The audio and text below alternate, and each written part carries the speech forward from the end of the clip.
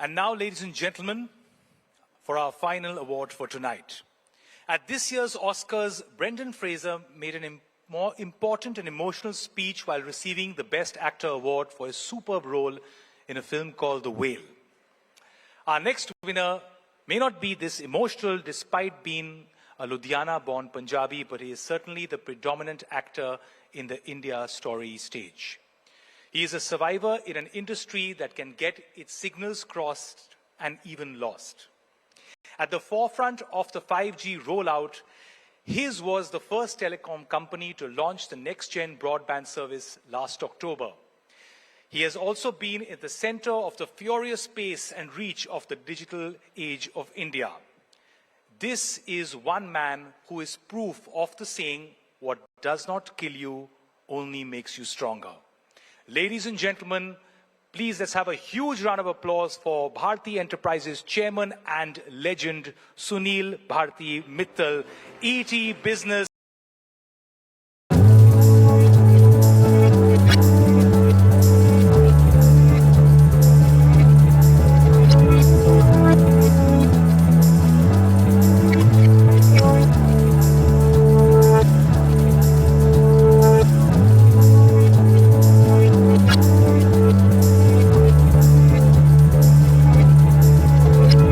To please say a few words.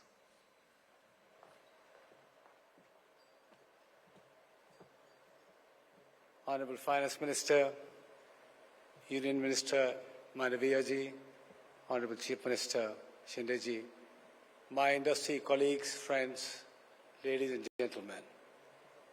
It's a great honor for me to once again stand on this stage and receive an award which was given to me 18 years back in 2005.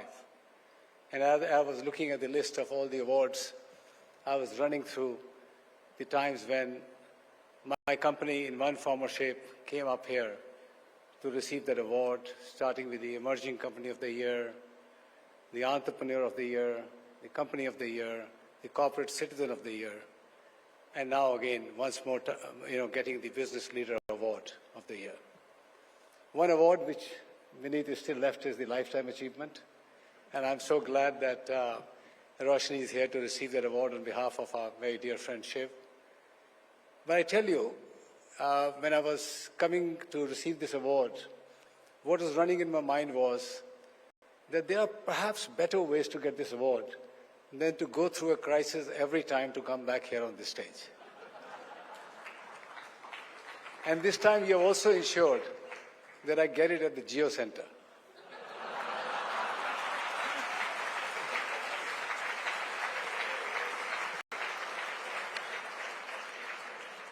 "18 years is a long time. Today I have more years to look back than look forward. At 65, coming close to 66, it's been a long journey.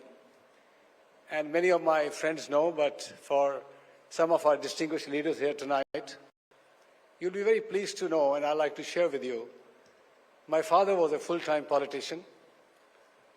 He passed away very young. He was 60 years when he passed away in 1992. And as normally is the process, most of the political families do come into active politics in the next generation as well. Some of us were politically inclined. Rajan is here with me today, my brother. And we came in a very active political family. And it was my mother who said, "No way you're going to go into politics." And I can confess that I was not as elegantly and well educated as many of my colleagues. I, with great difficulty, had done my graduation in '76. At a young age of 18, I had rolled my dice to hopefully create something. I was on a journey not knowing where my destination was. But 2 or 3 years before my father passed away, he was not keeping good health. He said, "I can see the journey you're on. You're working hard. You are committed. You're passionate. I foresee a good future for you. That'll be really nice if a politician's son can go and create a global corporation." And I tell you today, when I come and receive this award, I can tell you there is one big reason for it. That is his blessings, of course, but importantly, getting trained in a political family, where almost every day there are shifts and movements, where there are things happening that you don't anticipate. You go through crisis after crisis. And I think that possibly is one reason why we could come through multiple crises. 2003, when I got the award in 2005, 2008-9, when we got the Company of the Year award, and today, as I stand here in 2023, we came through another very, very big tsunami or a hurricane, whatever you may call it. Nirmala ji, I would like to say that this award, while it represents me as the Business Leader of the Year, it really is for the company. It is an award for Airtel. And what is Airtel? What does it represent? It represents a very unique story. That in this country, you can start with 20,000 rupees as a young college graduate and go and create a global powerhouse. Today, Airtel is the second largest mobile company in the world. And that is, of course, due to a lot of work done by thousands of people. But more importantly, the main reason is that it is this country that provides such opportunities to people who come from absolutely nowhere. Nitin has come up and picked up an award here today. He's created a wonderful company, and I see these stories coming through all the time. And in the last 18 years, this has only picked up massive acceleration.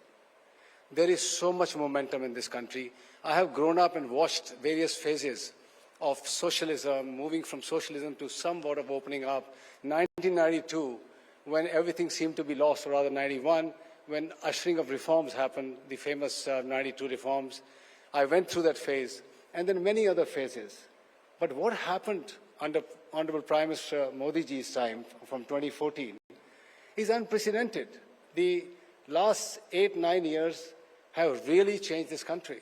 From a country that you represented as a developing country, from a country that you represented across the globe in various forums, as a country which was struggling on many fronts, to today when you go around the globe, to be one of the most powerful countries in the world has become a huge shift in how India is seen across the globe. You were in Washington, D.C. at the same time, just 10 days back, I was there as well. And I can tell you the way American leadership now looks at India and treats India is significantly different from where we were just about 10 years back also.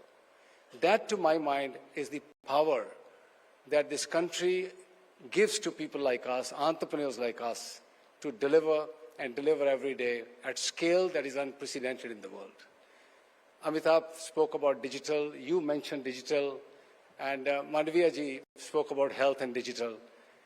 During COVID time, this industry, not for a moment or a single day, let this country down. The traffic moved from urban to rural areas, traffic moved from offices to homes.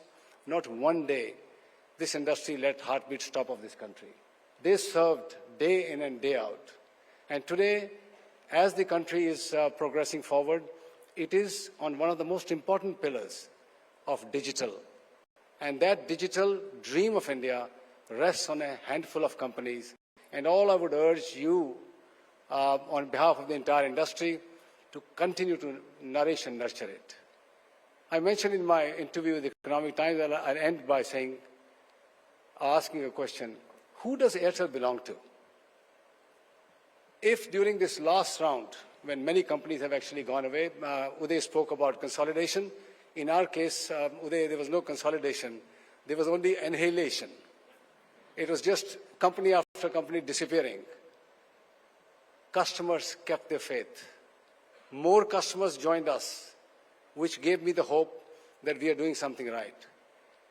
Airtel employees, thousands of them, were out on scooters in scorching heat to fight in the marketplace and ensure that the customers are staying with us, more customers are coming with us. They kept the faith, they stayed the course. And then investors, when they saw fires engulfing this industry, they came and poured billions of dollars into Airtel. They doused the fires. They gave us the strength in our balance sheet to move forward. And when a bolt from the blue came from the Supreme Court in the form of an AGR penalty, not a 500 crore, not a 5,000 crores, but a 50,000 crore penalty, an unheard of penalty, the government stepped up. They gave the helping hand. quickly moved a cabinet proposal to ensure that this industry, the players in the industry survive. The path-breaking reforms of 2021, to my mind, make a big difference to the industry and importantly, gave a signal when things will really go down, the government will come and step up and ensure that they support the industry that is so vital to this country. So who does this company belong to? Its employees, its customers, its investors, or the government? My simple answer is, this is a national asset. Airtel is not my company. I had the privilege of founding it, and today I stand here to take this award. I have the privilege to be at the helm of this company. But, Honourable Finance Minister, this is truly a national asset which needs to be nurtured. This needs to be a story that inspires thousands of more entrepreneurs in this country to create the magic that Airtel has been able to create. Thank you very much. Thank you so much, sir. Congratulations once again.